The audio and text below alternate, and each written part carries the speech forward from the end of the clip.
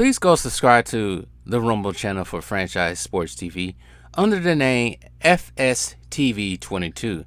Now, I'm using that Rumble channel for any purposes of me getting kicked off YouTube and also for more of my spicier joints. It's free as well. I have the freedom to say whatever I want to say as well. So go subscribe to FSTV22. That is Franchise Sports TV 22 on Rumble. So, welcome to part 3 of James Harden blunders in the playoffs. Now, we went through his Houston years in the playoffs. I didn't go too much on his OKC years. This is before James Harden became the James Harden we all know. But now there'll be a shift in landscape. Mainly because James Harden saw that there was a rebuild going in Houston. Westbrook was gone now after being traded to Washington. Nobody knew the current status of John Wall at the time, who they traded for. And the team was just young. So James Harden decided to either put on a fat suit. I think he went down to Texas, ate a couple of Trill burgers, and became what Two Raw calls him, Brick Ross.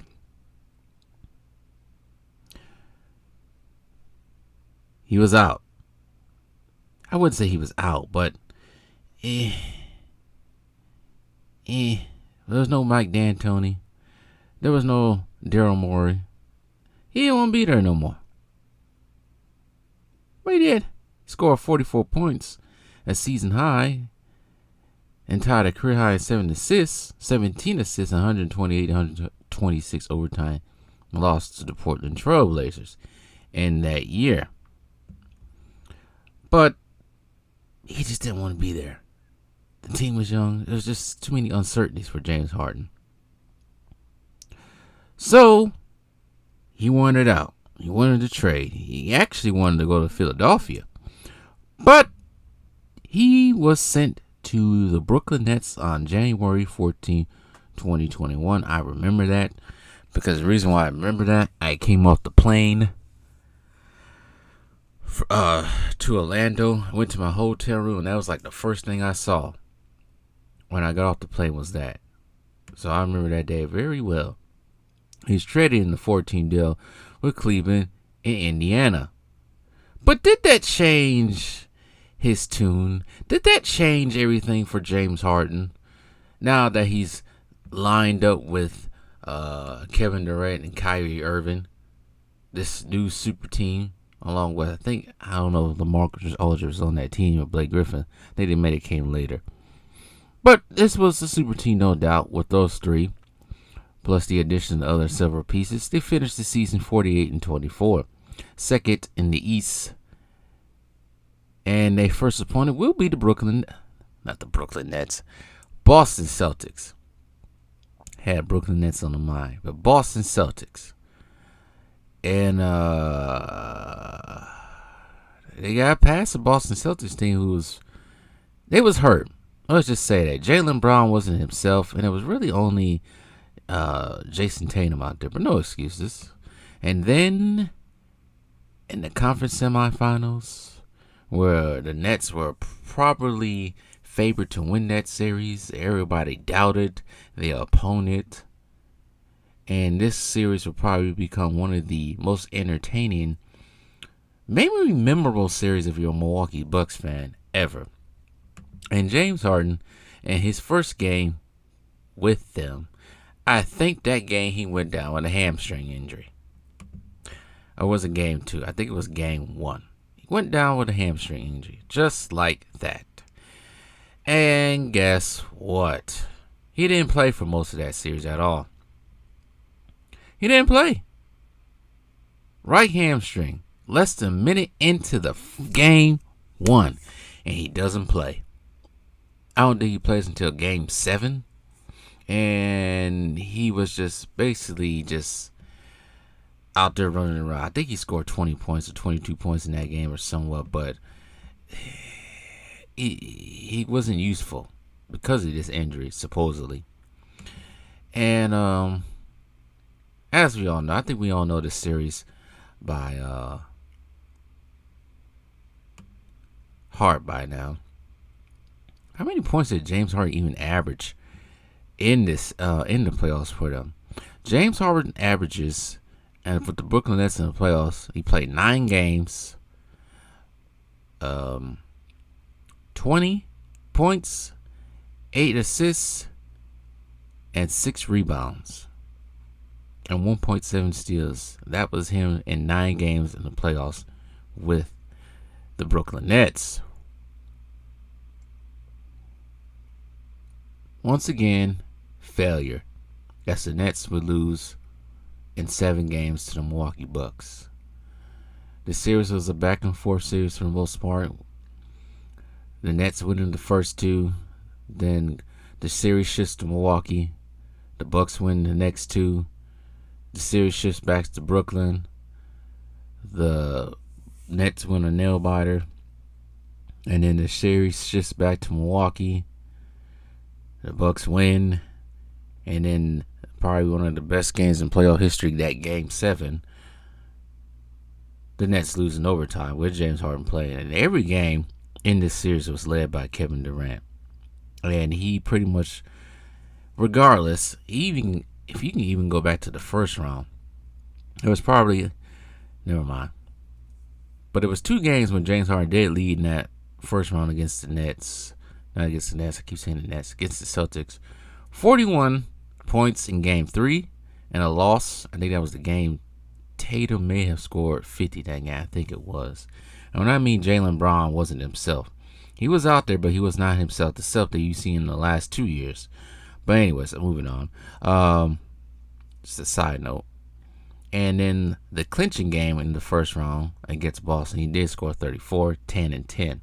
And that was probably his best game out of that whole entire playoffs put together. And then I don't even think he only led once in one category. And the conference semifinals against the Bucks, he had 7 assists and a loss. So he did play Game 6. Kyrie didn't play for the rest of the series. And I don't want to hear anything about that series and what could have happened. So once again, another failure on James Harden's part. But it gets even better. Now, let's get to the next year. James Harden, he requests a trade again. Because I guess he don't want no parts of whatever Brooklyn was doing with Kyrie and all that other stuff. All that other jazz. So, they trade James Harden to Philadelphia 76ers. He finally gets his wish for Ben Simmons. Another disaster in itself. And automatically, everybody thinks that, the combination of Joel Embiid and James Harden is going to be the new Shaq and Kobe. Well, they couldn't be any more wrong than what they were. So once again, James Harden's back in the playoffs with the 76ers, a new team. They are a 4th seed, and they play a 5th seed in the Toronto Raptors. And I think this series goes, Philly wins the first 3 games, 131 to 111, 112 to 97, and then at Toronto winning in overtime by 3, 104 to 101. And then when you think they should sweep this team in Game 4, they lose 110 to 102. James Harden did lead in this game with 22 points and 9 assists. And then they drop another one at home in Philly, 103 to 88 to the Raptors. James Harden did lead the team in assists. And then they finally win in Game 6, 132 to 97. James Harden leading in 15 assists. And by this time, just to remember, James Harden is being used more of a point guard, but still, regardless, he is supposed to be the second superstar on his team. And then we get to the semifinals against the number 1 seed, the Miami Heat. And this series was an abysmal series for James Harden. In one game, I think he only scored 14 points. I don't even think it was 14 points, to be exact. If I look at the box score right quick. If we look at the box score to this game, because I forgot which game at the top of my head, which one it was when he had that abysmal game that he had that he just completely just disappeared in. It was 14 points from James Harden in game 5 of that series. Game 5 of that series. He just completely disappeared. And he was... in all reality, he completely disappeared during this whole entire series. It was like he was scared of the intensity from the Miami Heat, which were actually a good defensive team when it was the number 1 seed that season. And whoever shook him on that team shook them pretty good. But he did lead in assists almost every game, with the exception of Game 3, which was Tobias Harris, who scored 8 assists. But points-wise, when you needed him, he wasn't there at all. Except for one game. It was the second win in that series, 116-108, when he scored 31 points. But every other game, with the exception, their other win that they had, Danny Green and Tyrese Maxey led the way with both 21 points in their first win, a 99-79 win in Game 3. Other than that, the first 2 games, no Joel Embiid didn't show up. Tobias Harris was the high man. Game 2, Tyrese Maxey was the high man with 34. Again, like I said, Game 5 was an abysmal game for James Harden. Joel Embiid led with 17. But in Game 6, a 9-point loss, James Harden and Embiid both scored 20 points, but by that time it was too late. Once again, James Harden fails. All right, let's get to the next and past season right here. What should I actually do? Give props to James Harden to one game, but we're going to get to that pretty soon.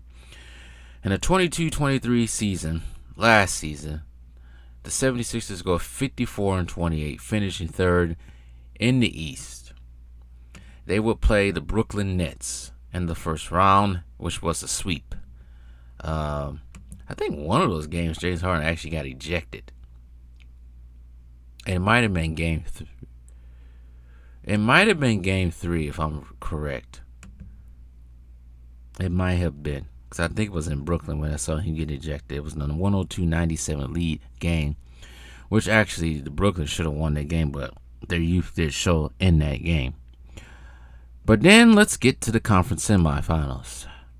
I do say this without Joel Embiid there, which I don't think he was there for the game 1, if I remember correctly. James Harden did lead the Philadelphia 76ers to a victory against the second seed Boston Celtics, 119-115, scoring 45 points, hitting daggers everywhere, and got 6 assists. I do give him praise for that. Even if you guys were subbed to my channel around that time, y'all might have heard and saw the video when I actually gave him praise. And then we was thinking it was this, we really thought this was going to happen the next game. We thought they was going to repeat. Maybe they turned a new leaf. Nope. Nada. 76ers dropped 2 games in a row. 121-87.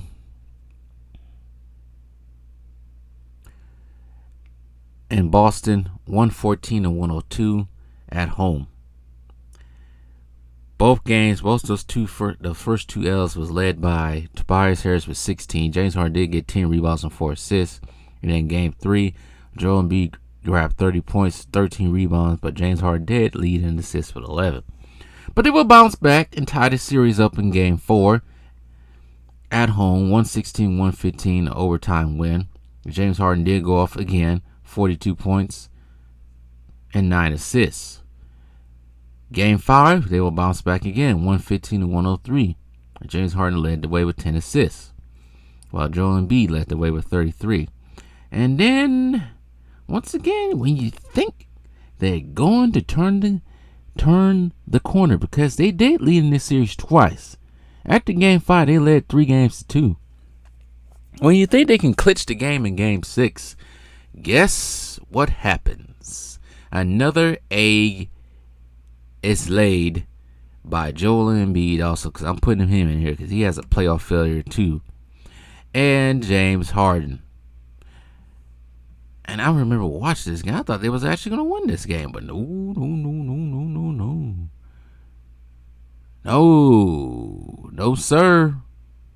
Not them. Not them at all. Let me see how many points James Harden had that game.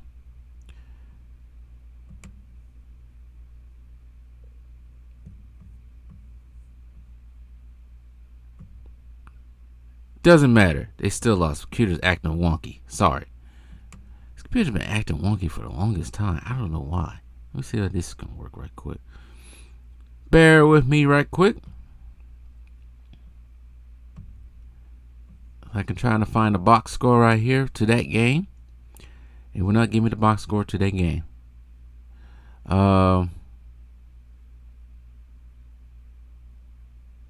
But this will also be the second time Boston was down 3-2 in the semifinals, back-to-back years. It's crazy.